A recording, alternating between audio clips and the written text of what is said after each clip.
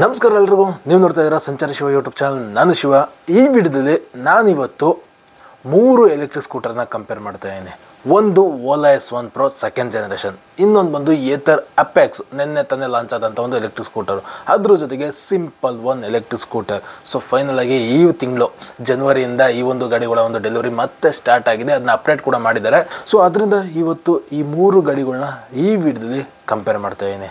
ಅದಕ್ಕಿಂತ ಮುಂಚೆ ನೀವೇನಾದ್ರು ನನ್ನ ಚಾನಲ್ಗೆ ಹೊಸಬ್ರು ಏನಾರು ಆಗಿದ್ರೆ ಅಥವಾ ಇನ್ನೂ ನನ್ನ ಚಾನಲ್ನ ಸಬ್ಸ್ಕ್ರೈಬ್ ಮಾಡ್ಕೊಳ್ದಿರೋ ಹಾಗೆ ವಿಡಿಯೋ ಏನಾರು ನೋಡ್ತಾ ಇದ್ದಾರೆ, ಮೊದಲು ಸಬ್ಸ್ಕ್ರೈಬ್ ಮಾಡ್ಕೊಳ್ಳೋ ಜೊತೆಗೆ ಪಕ್ಕದಲ್ಲಿರುವಂಥ ನೋಟಿಫಿಕೇಶನ್ ಎಲ್ಲ ಕ್ಲಿಕ್ ಮಾಡಿ. ಯಾಕಂದರೆ ನಾನು ಏನೇ ವಿಡಿಯೋ ಮಾಡಿದ್ರು ನಿಮಗೆ ನೋಟಿಫಿಕೇಶನ್ ಬರುತ್ತೆ.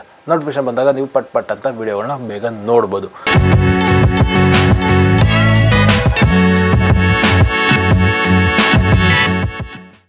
ಮೊದಲಿಗೆ Ola electric scooter. So Ola electric ಸ್ಕೂಟರಲ್ಲಿ ಟಾಪ್ ವೇರಿಯಂಟ್ ಬಂದು Ola S1 Pro second generation. ಈ ಒಂದು ಗಾಡಿಯ ಒಂದು ಪ್ರೈಸ್ ಬಂದು ಎಕ್ಸ್ ಶೋರೂಮ್ ಪ್ರೈಸು 1,47,499 ರೂಪಾಯಿ ಇದೆ.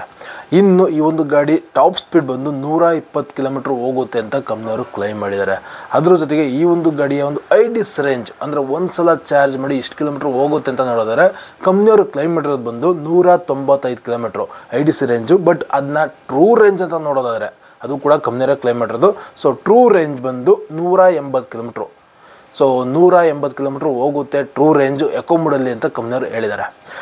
ಇನ್ನು ಈ ಒಂದು ಗಾಡಿಲಿ PMS ಮೋಟರ್ನ ಯೂಸ್ ಮಾಡಿದರೆ, permanent magnet system motor 11 kilowatt ಪವರ್ನ ಪ್ರೊಡ್ಯೂಸ್ ಮಾಡುತ್ತೆ.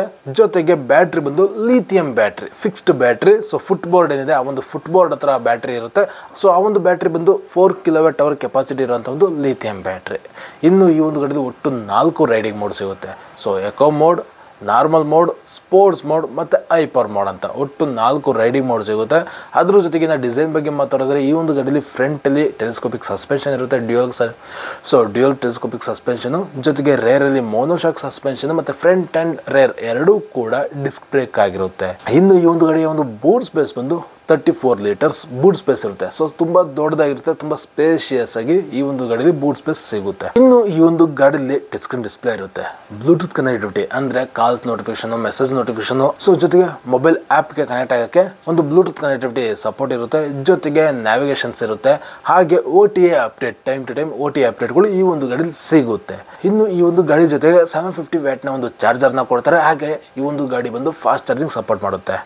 ಇದಿಷ್ಟು ಬಂದು ಗಾಡಿಯ ಒಂದು ಟೆಕ್ನಿಕಲ್ ಡೀಟೇಲ್ಸ್ ಮತ್ತೆ ಒಂದು ಗಾಡಿ ಬಗ್ಗೆ ಒಂದು ಇನ್ಫಾರ್ಮೇಷನ್. ಇನ್ನು ಈ ಒಂದು ಗಾಡಿಯ ಒಂದು ಸರ್ವಿಸ್ ಮತ್ತೆ ಶೋರೂಮ್ ಅಂತ ಮಾತಾಡಿದ್ರೆ, ನಾನು ನೋಡಿದಂಗೆ ಒಂದು ಎಲೆಕ್ಟ್ರಿಕ್ ಸ್ಕೂಟರ್ಲಿ ಜಾಸ್ತಿ ಸರ್ವಿಸ್ ಸೆಂಟರ್, ಜಾಸ್ತಿ ಶೋರೂಮ್ಸ್ಗಳು ಇಟ್ಕೊಂಡಿರುವಂಥ ಒಂದು ಕಂಪ್ನಿ ಯಾವುದಪ್ಪ ಅಂದರೆ ಓಲಾ ಎಲೆಕ್ಟ್ರಿಕ್ ಸ್ಕೂಟರ್ ಅಂತ ಅನ್ಬೋದು. ಯಾಕಂದರೆ ನೀವು ಪ್ರತಿ ಒಂದು ಗಲ್ಲಿಗೂ ಈ ಒಂದು ಗಾಡಿಗಳ ಒಂದು ಸರ್ವಿಸ್ ಸೆಂಟ್ರು ಅಥವಾ ಒಂದು ಶೋರೂಮ್ಗಳನ್ನ ನೀವು ನೋಡ್ಬೋದು.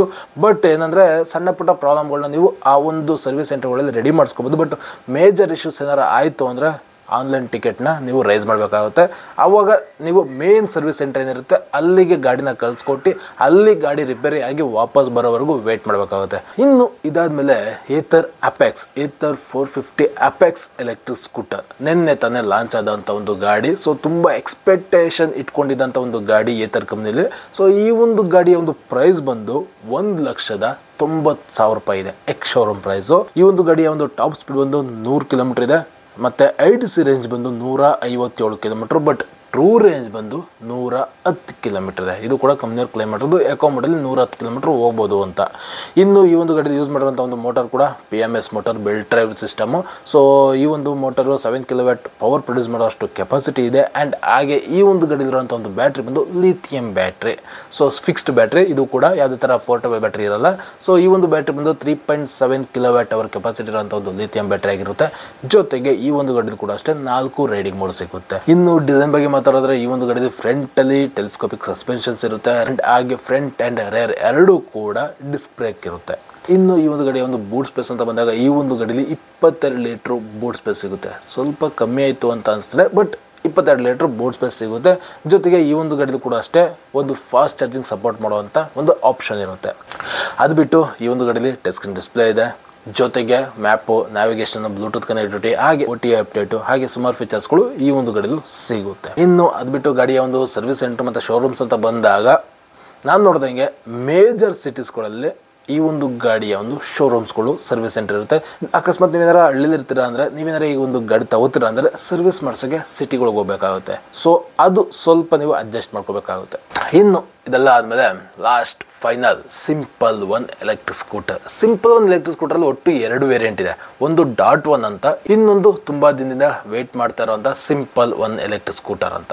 So simple one electric scooter ಬಗ್ಗೆ ನಾವು ಮಾತಾಡೋದಾದ್ರೆ ಈ ಒಂದು ಸ್ಕೂಟರ್ನ ಒಂದು ಪ್ರೈಸ್ ಬಂದು ಇವತ್ತಿಗೆ ಏನು ಜನವರಿ ತಿಂಗಳು 2024ರಲ್ಲಿ ಈ ಒಂದು ಗಾಡಿಯ ಒಂದು ಎಕ್ಸ್ ಶೋರೂಮ್ ಪ್ರೈಸ್ ಬಂದು 1,64,999 ರೂಪಾಯಿ. ಅಂದರೆ 1,65,000 ರೂಪಾಯಿದೆ ಎಕ್ಸ್ ಶೋರೂಮ್ ಪ್ರೈಸು. ಸೊ ಈ ಪ್ರೈಸ್ ನೋಡಿದಾಗ ಯಾವುದೇ ಕಾರಣಕ್ಕೂ ಇನ್ನು ಮುಂದೆ ಯಾವುದೇ ಥರ ಒಂದು budget friendly electric scooter simple one ಆಗಿರಲ್ಲ.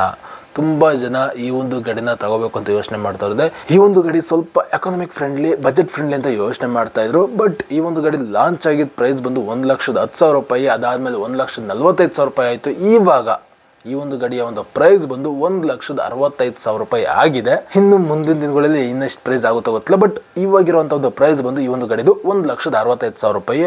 ಇನ್ನು ಅದು ಬಿಟ್ಟು ಈ ಒಂದು ಗಾಡಿಯ ಒಂದು ಟಾಪ್ ಸ್ಪೀಡ್ ಬಂದು 105 ಕಿಲೋಮೀಟರ್ ಟಾಪ್ ಸ್ಪೀಡ್ ಹೋಗುತ್ತೆ.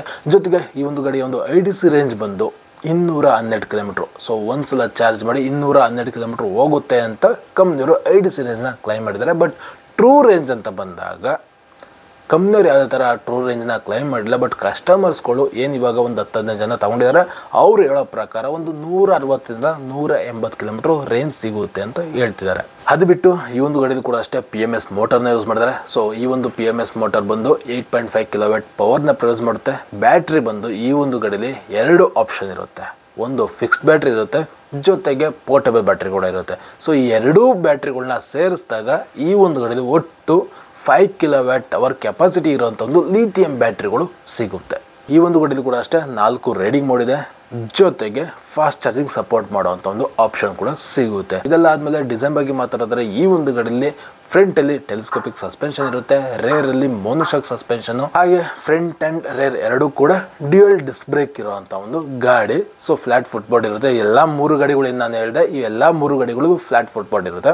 ಇನ್ನು ಈ ಒಂದು ಗಾಡಿಯ ಒಂದು ಬೂಟ್ ಸ್ಪೇಸ್ ಬಂದು 30 ಲೀಟರ್ ಬೂಟ್ ಸ್ಪೇಸ್ ಇರುವಂಥ ಒಂದು ಗಾಡಿ. ಸ್ವಲ್ಪ ಸ್ಪೇಷಿಯಸ್ ಆಗಿದೆ. ಸೊ ಓಲಾ ಅಷ್ಟು ಸ್ಪೇಷಿಯಸ್ ಆಗಿಲ್ಲ, ಬಟ್ ಏತರಷ್ಟು ಕಮ್ಮಿನೂ ಇಲ್ಲ.